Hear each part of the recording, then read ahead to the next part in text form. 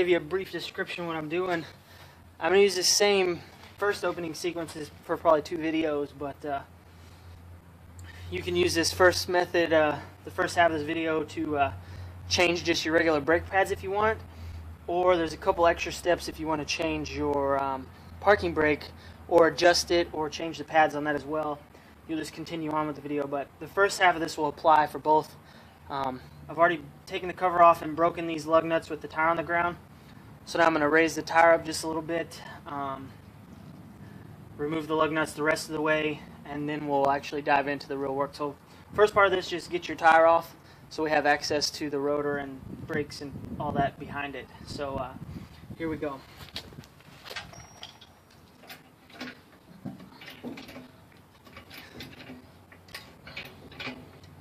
Alright, so tire's barely off the ground, maybe 1/4 of an inch or something, 1/2 an inch. Whatever you're comfortable with. No need to get crazy.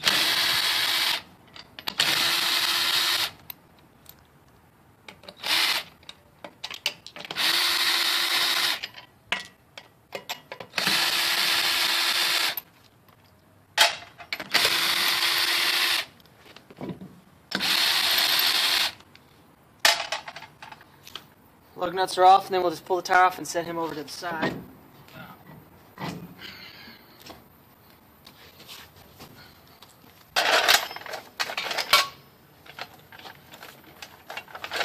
No need in breaking your back. I'm still pretty young, but I'd rather work smart than work hard, you know what I'm saying? So as you can see, I have the truck. I'm actually using just this floor jack, and I have it on the rear axle here. But since I'm going to be working around in here and cranking on some bolts and stuff, I'm also going to double that up with a jack stand underneath the axle as well. So I have the jack stand placed under the axle. I'm actually going to lower the truck down a little bit so that some of the weight is actually sitting on the jack stand, and I'll leave some pressure on the jack itself as well. So it'll be kind of like a redundant two phases of lifting. So lower that down just a little. So I got some weight on the jack stand. I also have some weight on the jack. That's how I prefer to do it since I'm going to be up under here. Just taking a little extra precaution. So now let's get into actually removing the caliper bracket, and then we'll remove the rotor to get to the brake pads and all that good stuff. So first things first, we got our tire off. Now we're going to work to remove this caliper, and if you're just changing the brake pads, this will be all you have left to do is to pull this caliper off, and then you'll have access to the brake pads. To do that, there's 2 bolts. Let me see if you can see this. It's 12mm nut, or a bolt I mean. So 12mm there. There's one up on the top, and there's one on the bottom right there where my finger is. So you'll need a socket wrench, 12mm on that, and also where the bracket goes through, the bolt feeds through there, and the nut is actually free spinning as well. And it has 2, most of it's round, but there'll be 2 flat spots on each side. And you can get you'll have to find exactly where it is, but you can get a 5/8 inch wrench on there to hold it in place as well while you break that loose. So that's really all there is to it. 2 bolts. You'll need like a 5/8 inch wrench and a 12mm ratchet and socket. Righty-tighty, lefty-loosey. And they shouldn't be on there. I mean, they can only get on there so tight. I didn't look at what the torque spec was, so I can't. Don't quote me on it. We can look that up in the book if you want, but or comment in the comment sections. And what I like to do, so once you break that, it should spin out freely, but I'm going to leave the bolt actually in there while I break the bottom one. Otherwise, this assembly will try to rotate. So now I'm going to do the bottom side. See if I can get that in the shot.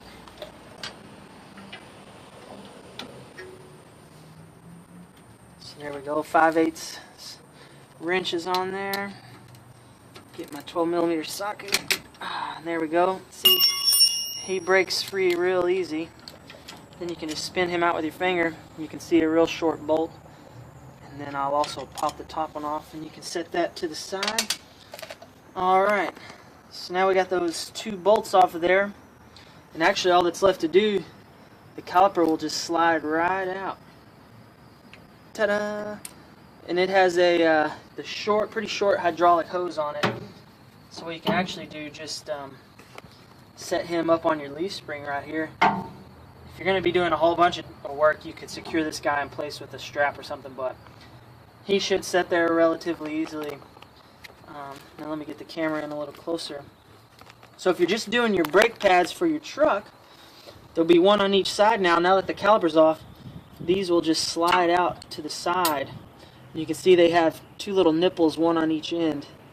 Can you see those? Yeah, two little nipples. And there'll be two little grooves on this caliper bracket that those would have fed into. So those just slide out. Mine are actually relatively new. You can see I have quite a bit of brake pad left. Then the rear one will slide out just the same. So there you go, brake pads. So if you're just changing your brake pads, that's all you got to do is pull the wheel off and 2 bolts to get the caliper off. And then the brake pads will slide back in there. So I'm going to shoot one extra little portion. Once you put your new pads in, there's one more step you need to do on your caliper. So I'll show you that real quick as well. Okay. So now if you're just in the reassemble process, or if you did get new brake pads,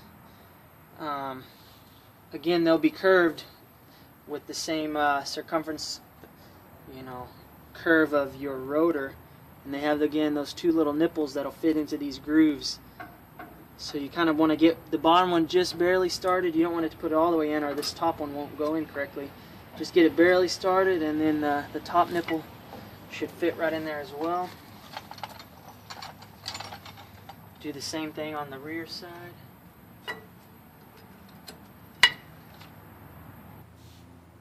Alright, so we got our brake pads slid in, so there's one extra step, especially if you're putting new brake pads in. Your other ones were probably significantly worn down, and now you have these new pads with this huge, big diameter on here, or I guess, extra width compared to a worn pad.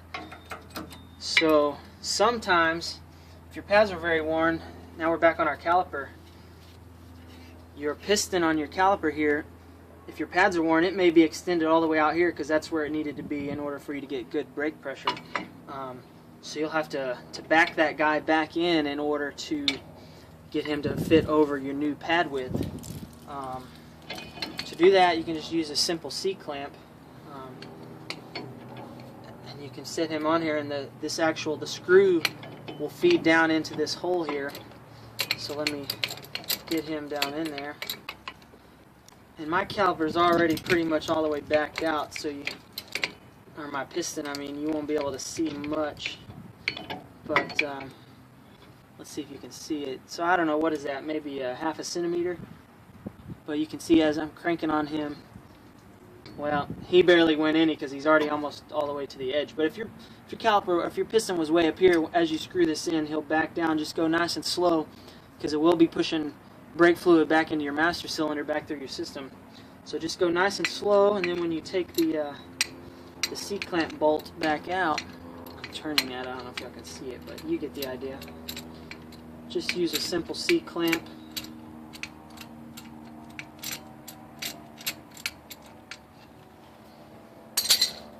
So now that you've adjusted that, it should be wide enough that you can slide him over your new brake pads, and he'll have room to actually fit on there.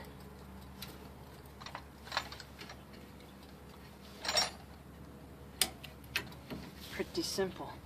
Alright, then again, remember there's a bolt at the top and bottom, so get those holes lined up, and you should be able to feed the bolts back through there. I like to put both on before I start cranking one or the other. Get them lined up, get them in there hand tight. Alright, so now back to our 12mm and our 5/8 inch socket. And sometimes if you can't, there we go. So 5/8 inch wrench, 12mm. Now we'll be tightening these guys down. And those don't need to be overly tight, but still get them pretty tight that you'll feel comfortable, because they are holding your brake pads. Now do the bottom side.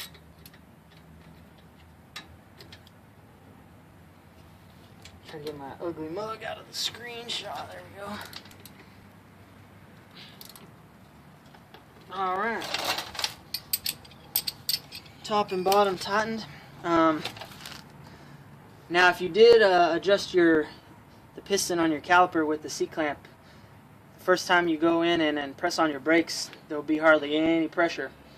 And you may even want to bleed them depending on how you feel comfortable. But first time you get in your truck, just make sure you leave it in park, turn your car on, and then pump your brakes a few times to get that piston back adjusted where it's contacting your brake pads properly.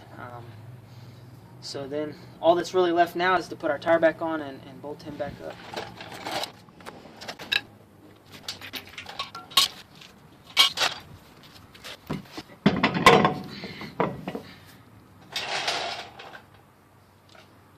And I like to get all of these lugs started hand tight. That way I know they're going on the studs correctly and not cross-threading.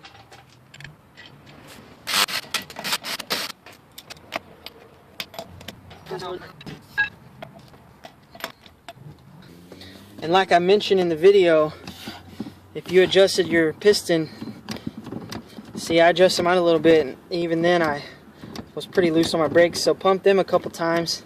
You can also do it when you start it up before you take off. Just make sure your brakes are pumped and good to go. Depending on the severity of pressing in your piston, you may have to do a little brake bleeding as well, but not normally, but just take precaution. So, alright guys, so that's about it. Quick and easy. The other side is just the opposite of the one that I just showed you. Fuck, got some light. So thanks for watching. Best of luck. Get her done. Go, go, go. I want to drink more beer until I